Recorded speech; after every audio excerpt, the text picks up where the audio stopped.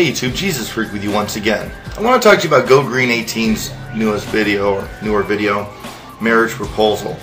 Now in that video, Lacey, you basically argued, I'm going to distill this down. Basically you argue that the U.S. government should not be in the business of endorsing marriages, that churches should be in that business, but the U.S. government should be in the business of endorsing civil unions. So you want a complete reversal of what's going on right now, at least federally.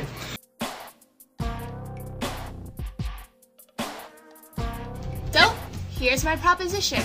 I propose that the government get out of the marriage business. That's right, leave marriage to the religious folks. Let them do whatever the fuck they want with their own little organizations and have the government completely separate. We are supposed to have a separation of church and state, right? How is marriage not a flagrant violation of this? By getting the government out of the marriage business, what that means is that marriage, the term, would be eliminated from the government completely. Marriage would become something entirely religious. And then civil unions would be equated to the legal federal benefits that marriage had. So everybody that's married, governmental-wise, would have all of these benefits, and it would be called a civil union. It would be able to be applicable to homosexuals and heterosexuals. So everybody would be able to get a civil union.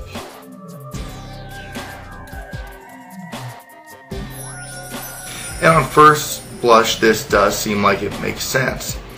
But under the most minute amount of scrutiny, we can see that this clearly falls apart.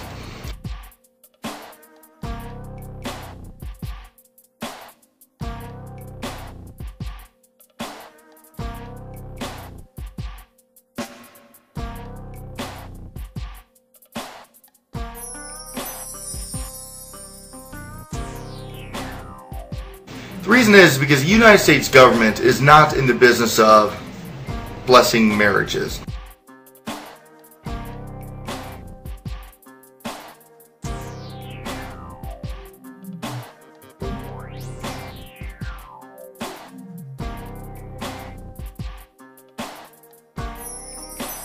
They don't really care if Jack and Jill get married and live happily ever after.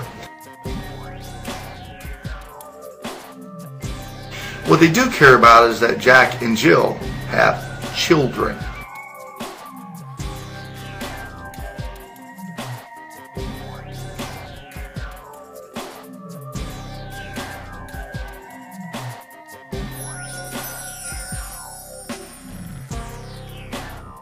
There are countries now that are suffering big time.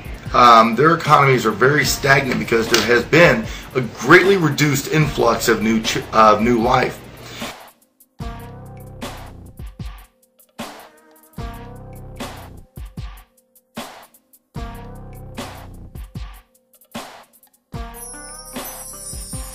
So these countries have offered major discounts, tax breaks, even cash payouts to families that will simply have children.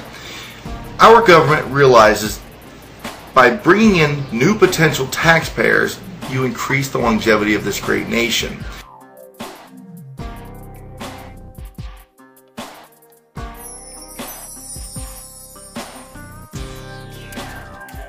So our U.S. government is going to endorse heterosexual marriage because it is in the best interest of the United States of America to continue having children, to bring taxpayers into the tax base. Now, you want U.S. government to cease endorsing marriage. Well, if they do what you say and they stop endorsing marriage and they stop giving tax breaks to married couples and such, and they start giving these breaks to what? Homosexual couples under civil unions, how does that increase the influx of life into this nation? It doesn't.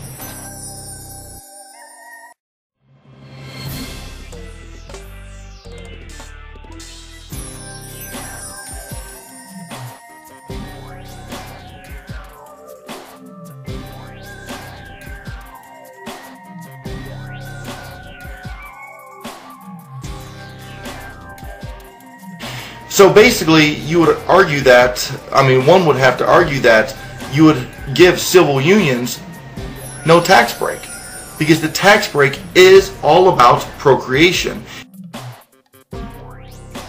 And if a heterosexual couple, a homosexual couple cannot procreate, then they should not get that tax break.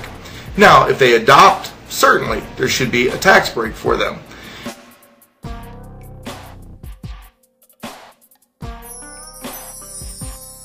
But here you see a problem. There will still always be a distinction between marriage and civil unions.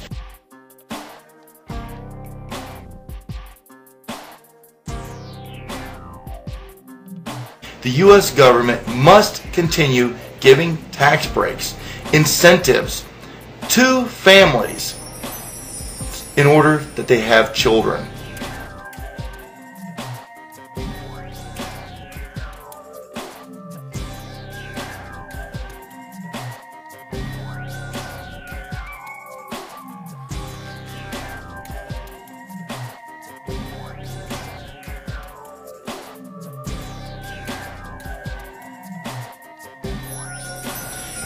Your argument falls apart, Bill Green, Lacey, and I hope you'll consider this.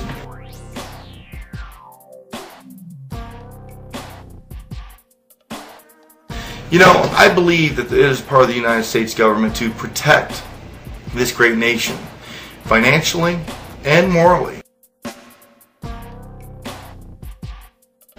I do agree with separation of church and state to a large degree, but I believe that quite often people misuse that argument, just like Lacey has. Oh, separation of church and state. The government must intervene on matters that affect its longevity and its strength. The government must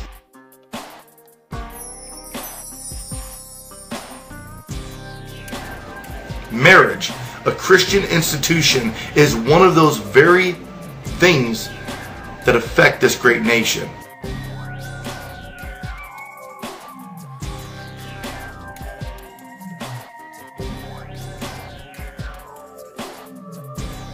And our government recognizes that, and it must continue to recognize it. Thank you for playing, should we or should we not? Follow the advice of the galactically stupid!